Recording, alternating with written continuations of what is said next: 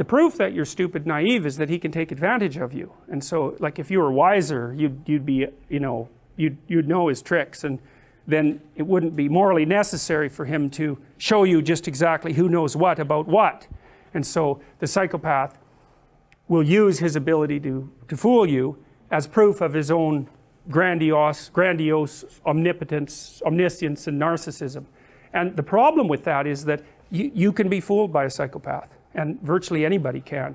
So that Robert Hare, for example, who studied psychopaths for a long time and interviewed a lot of them, like hundreds of them, and videotaped many of the interviews, he said when he was talking to the psychopath, he always believed what they were saying. And then he'd watch the video afterwards and see where the conversation went off the rails. But, you know, the proclivity to be polite in a conversation is very strong. And if you're polite, you don't object to the way that the person unfolds their strategy, you know.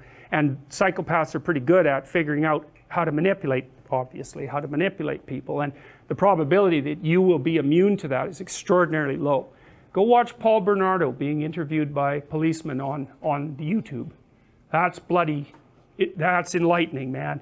Paul Bernardo, he's like the CEO of a meeting in that video, you know. He gives the cops hell, he gives the lawyers hell, he protests his innocence. He basically tells them that they're rude and untrustworthy because they don't trust him because he did a few little things 17 years ago.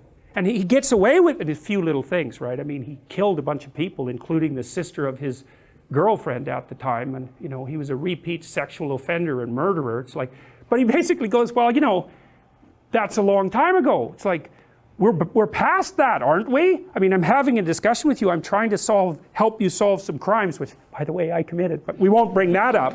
You know, and you're accusing me of being a liar. Like, you're not playing fair. What's up with you? And then when they answer, he looks at his fingernails, which is like, that's a lovely little manipulative thing, because it basically means whatever happens to be under my fingernail at the moment is much higher priority than listening to your foolish story. And you watch, you'll see people do that to you. And then you get a little insight into what they're up to. He's very good at that. And so, or he looks outside, or he just looks at his hands, or he looks out the window, immediately dismissive in his nonverbal behavior. It's brilliant.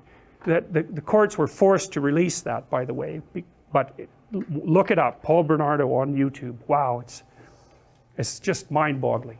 He's so good at what he does. And he's good-looking, and he's charismatic, and, you know, he can really pull it off. And you can't tell what's happening with the cops and the lawyers, whether they're just letting him play his routine to get some information from him, or whether he's actually setting them back on his heels. And I suspect it's a bit of both. But it's masterful performance. If you didn't know who he was, and you were watching it without the audio, you'd think he's the CEO of some company giving his employees hell for not being up to scratch. That's all his body language, his eye contact, everything just speaks that. It's amazing.